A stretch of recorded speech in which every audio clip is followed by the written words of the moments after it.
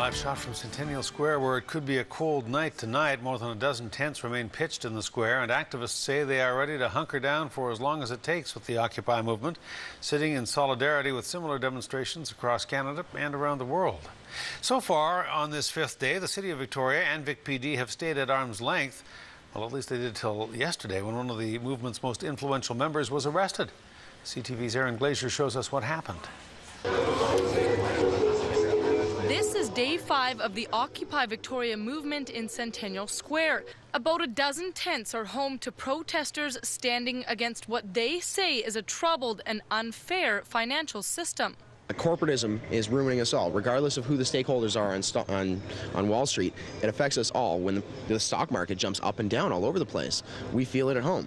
I had a moment with a woman last night where we were both crying over bankruptcy because it's touching a lot of people in Canada.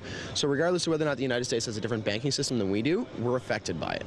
And when it comes to the city bylaw that prevents people from sleeping in parks during daylight hours, Victoria City Hall is showing a little leeway. I mean, we're a government that, has basically brought in a civic engagement strategy. We want to hear from people. So we'll just let it run its course and take our time. It's much different than someone like Arthur Johnston saying, I want to expropriate public land for my own private purpose. A well-known activist who has been arrested many times for camping in public parks. Johnston added to his long record last night. He was arrested for breaching a court order, delivering a blow to the movement's core. Yes, there was an injunction against him sleeping in parks, but that injunction came up as a result of his work to make sure that we all could be here doing this. He set precedents, and I think they're kind of scared of having people that influential around us. Protesters then took their fight to the front of the courthouse before filing inside to hear the judge's sentence. Johnston's hearing did not last very long.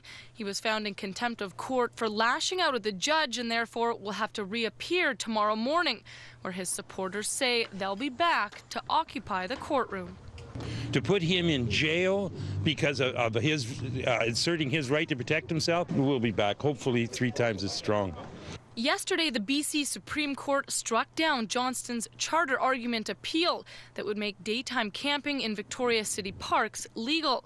He has now vowed to go on a hunger strike behind bars in protest. Aaron Glazier, CTV News, Victoria.